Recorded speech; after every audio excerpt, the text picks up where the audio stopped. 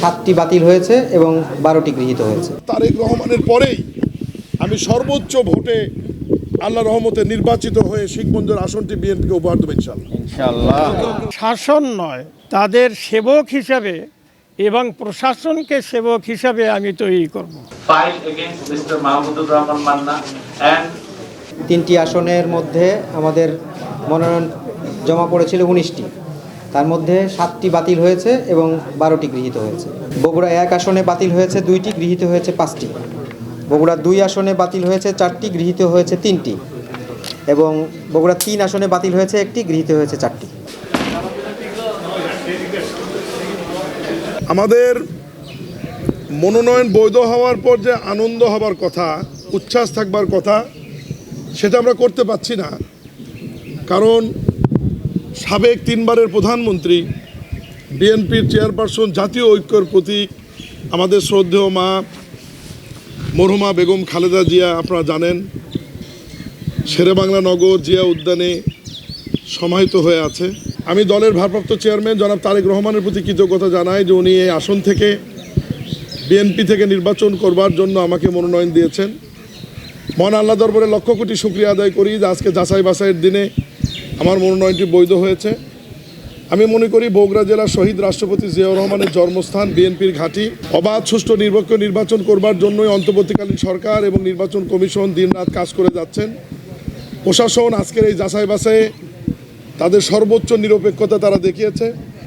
এই জন্য আমি রিটার্নিং অফিসার সহ সংশ্লিষ্ট নির্বাচনে যারা বগুড়ার দায়িত্বে আছেন তাদের প্রতি কৃতজ্ঞতা এবং ধন্যবাদ জানাই। বিশেষ করে শিখগঞ্জ উপজেলাবাসী এবং ভোটারদের প্রতি ধন্যবাদ কৃতজ্ঞতা জানাই যে তাদের দোয়া এবং ভালোবাসায় আমি আজকে এই পর্যন্ত এসেছি। এবং আমি দলের সমস্ত নেতা কর্মীদেরকে সাথে নিয়ে আগামীতে যে নির্বাচন হবে এই নির্বাচনে আমি বৈতরণী পার হতে চাই। ধানের শীষ নিয়ে সদর আসনে বিএনপির ভারপ্রাপ্ত চেয়ারম্যান জনাব তারেক রহমানের পরেই আমি সর্বোচ্চ ভোটে আল্লাহ রহমতে নির্বাচিত হয়ে শিখগঞ্জের আসনটি বিএনপিকে উপহার দেব ইনশাআল্লাহ। এই পথকে আমার দুনিয়ার কোনো সুযোগ সুবিধা আমি মনে করি না।